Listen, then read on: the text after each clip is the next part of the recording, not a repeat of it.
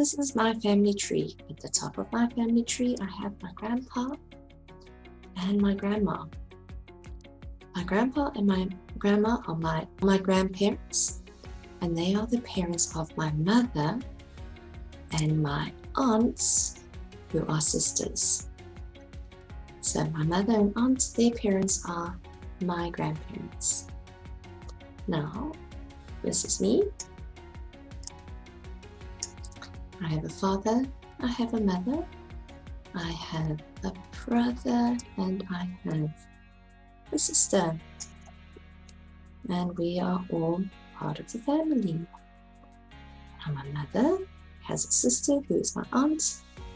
She's married to my uncle, and they have 2 children, my girl cousin and my boy cousin.